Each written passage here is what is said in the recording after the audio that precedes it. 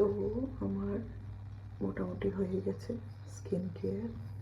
যে বলছিলাম বোরোলিন লাগাচ্ছি, সো বোরোলিনটা লাগিয়ে নিই, একটু কামিং এফেক্ট থাকবে।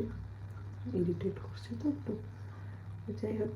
এটা কোনো স্কিন কেয়ারের ভিডিও আবার ভাবতে বসে যেও না কেউ, আমাকে কেউ নকল করতে যেও না, কেউ আবার ব্রণ কিছু বেরিয়ে যেতে গেলে বাবা আমাকে কেউ গালাগালিও দিতে এসো না, যদি কেউ দেখো তো জানি না।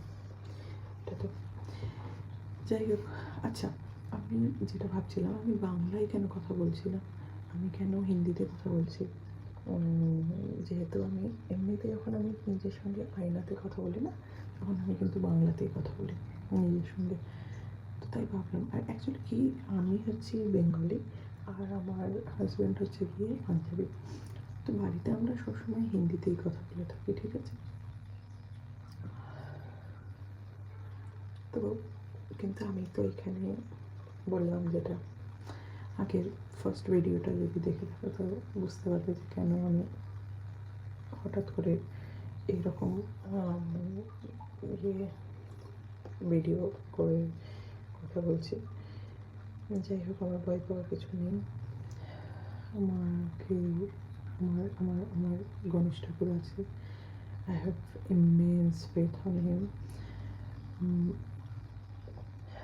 কোনো রকম সকালে যদি এই বিষয় নিয়ে কথা হয়, আমি বলবো যে হঠাৎ আমি এতটা কেন আমার মাথায় এইসব উল্টোপাল্টা জিনিস চলতে থাকে, এইসব ব্যাপার নিয়ে।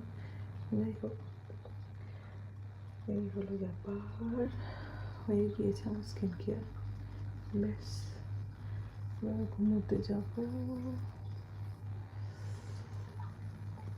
আমার বোরোলিন খুব ভালো লাগে, কিন্তু কে যে আবিষ্কার করেছিল, মানে ফ্যাব